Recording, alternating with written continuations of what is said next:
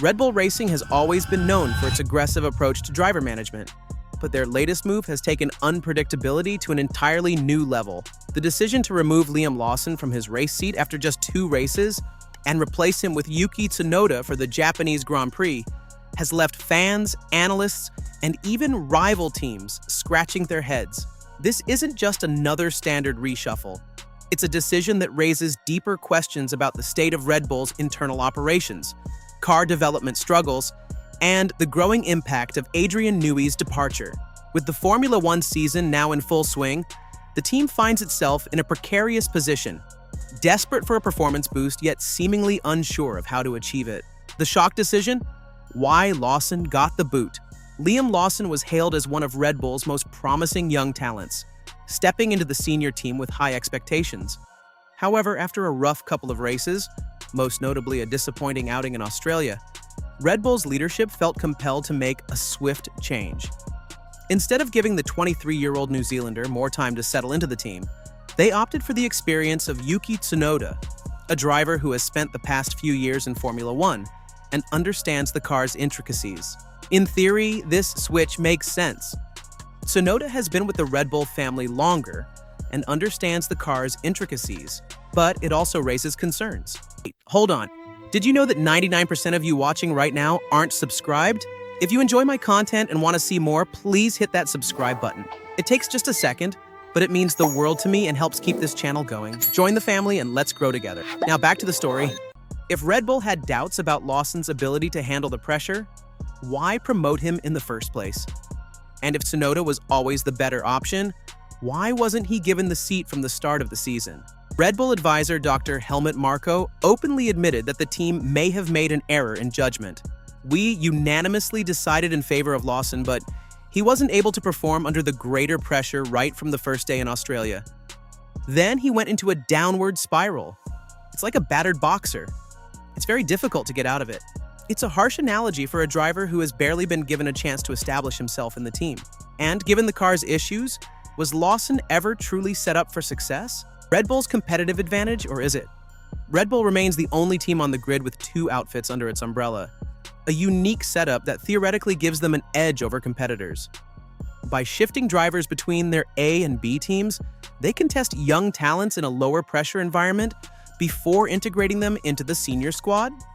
This flexibility has historically worked in their favor, allowing them to groom future champions without taking unnecessary risks. However, this advantage only works when used correctly. Other teams have shown that placing faith in young talent can pay off. Red Bull's quick trigger approach, on the other hand, could signal instability rather than strategic brilliance. The real problem? A car that's hard to handle. Regardless of who is driving the second Red Bull seat, one undeniable truth remains. The RB21 is a difficult machine to control.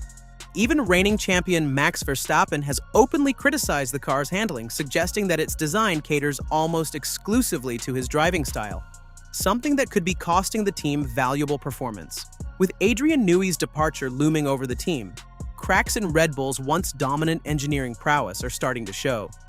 While Christian Horner has downplayed the impact of losing Newey, Helmut Marko has now acknowledged that the legendary designer's absence is being felt.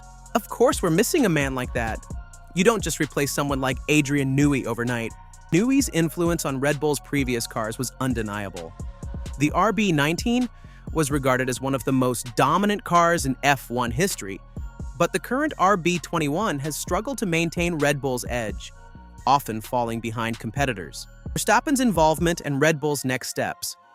With concerns growing over the RB21's performance, Max Verstappen recently visited Red Bull's Milton Keynes headquarters for an in-depth technical debrief. According to reports, the meeting focused on diagnosing the car's weaknesses and discussing potential upgrades. However, Formula One development isn't an overnight process. Any meaningful improvements could take months to materialize. F1 car parts take weeks, sometimes months, to design, test, and manufacture. By the time Red Bull can introduce upgrades, it might be too late. Verstappen's sheer talent has been the team's saving grace so far, but even he may struggle to keep Red Bull in contention if the car's flaws aren't addressed soon. A rocky road ahead for Red Bull. As the F1 circus heads to Suzuka for the Japanese Grand Prix, all eyes will be on Yuki Tsunoda. Driving for the senior Red Bull team on home soil is a massive opportunity, but also an immense pressure. If he fails to deliver, will Red Bull continue their revolving door driver policy? Or will they finally commit to long-term stability? Meanwhile, the battle at the top of the championship is heating up. McLaren, Ferrari, and Mercedes are closing in, and Red Bull's once untouchable dominance is slipping away. With Adrian Newey gone, an unpredictable driver lineup, and a car that's proving to be a handful, the reigning champions face one of their most challenging seasons in years. What do you think about Red Bull's decision? Was dropping Lawson too harsh, or was it the right move? Can Tsunoda capitalize on this opportunity, or will the pressure be too much? And most importantly, can Red Bull recover before it's too late? Drop your thoughts in the comments and let's get the discussion going. If you enjoyed this analysis and want to stay updated on all things Formula One, don't forget to hit that like button and subscribe to F1 Reverse. Until next time, drive safe and keep the racing spirit alive.